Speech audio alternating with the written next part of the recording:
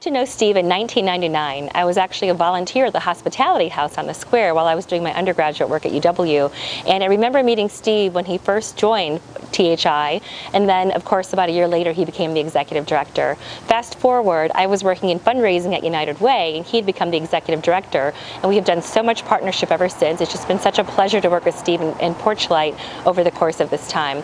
I will say that I think one of the most important things about Steve and the leadership of Porchlight is that they have really invested in ending homelessness, not just treating and managing homelessness. And United Way was so proud to invest about $30,000 way back in about 2004 to really start the community on that journey, and it's been a wonderful partnership ever since. We've been able to help individuals and families, almost 1,000 families since we started, get stable and disrupt that cycle of homelessness for all of them. We are able to see Steve's leadership and vision in action through all the work of Porchlight. Steve's got a huge heart and a lot of compassion, in addition to being incredibly smart, incredibly strategic. And I remember the night he invited me to serve meals with him, and we later debriefed that conversation and that event, and I asked him, what do you wish people knew about the men and families that you serve through Porchlight, the men and women and families that you serve at Porchlight? And he said, truly the only difference between us and them is the width of that counter. And I thought that is really just so powerful in terms of how Steve thinks about everyone he engages with, and he's a remarkable leader. You can see that in his development of Carla. We're so excited to have you in that role, Carla, and we want to thank you, Steve, for really bringing a strategic, thoughtful, intelligent methodology to serving our homeless families and homeless individuals in the community, and really making sure that in particular for people with disabilities and veterans, that we're able to treat everyone with great compassion and humanity and integrity to make sure that we're doing what's right in addition to what is smart for everyone in our community.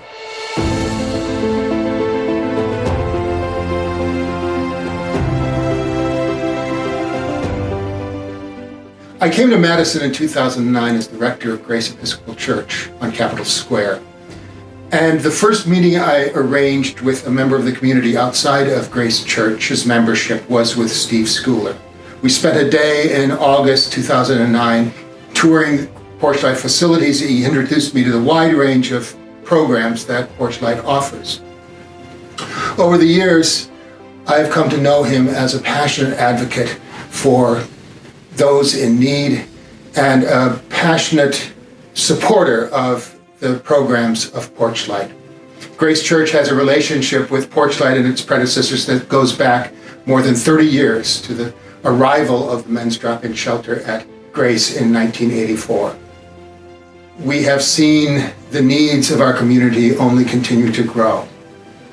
And as we look forward to this time of transition in the life of Porchlight and in the wider community, we all owe a deep sense of gratitude to Steve Schooler for his hard work, his compassion, his huge heart, and his commitment to those in our community who are often left behind. So thank you, Steve, and good luck.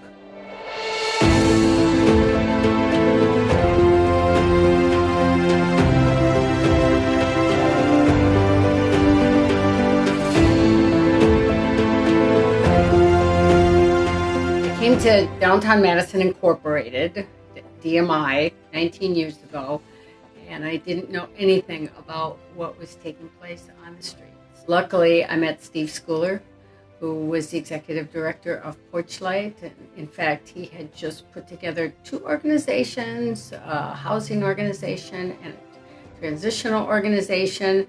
But he created Porchlight, which has made a tremendous difference in our community and in the lives of people on the street. And I learned from him. Luckily, I listened, and I learned so much from him about the situation that people are in on the street and what they need, etc. But it was his constant voice and his voice of communicating to people what was really happening on the streets to get rid of some of the impressions that people have, oh, they're all this or they're all that. No, they are human beings and they need our help and they're part of our community. And then in 2005, fortunately, he joined the DMI board of directors. And so then his voice was heard by my entire board. I have a very large board, 50 members. And then once they learned, then they could tell others, and the community, I think, finally learned what was taking place on the streets. And so then we as a community can get together and provide help for these people. So I will always thank Steve for his tenacity, his constant telling us, no, this is what's happening, this is what's needed. And luckily we believed him, and luckily that's what we are doing. We've made a difference in people's lives in this community. And I'm just really proud to call him my friend. I learned so much from him, and I'm sure we haven't seen the last of him and his work because I can't see him totally retiring.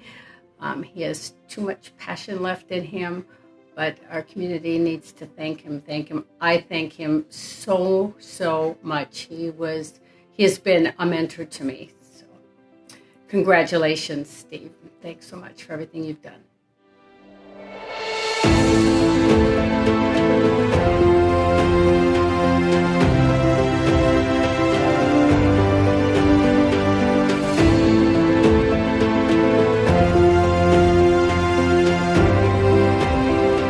About Steve and all that he's done for Porchlight and Madison community over the past 25 years, I can't help but think back to the beginning, when it was just the men's shelter at Grace Episcopal Church, our first property on Broome Street, and eventually a day center.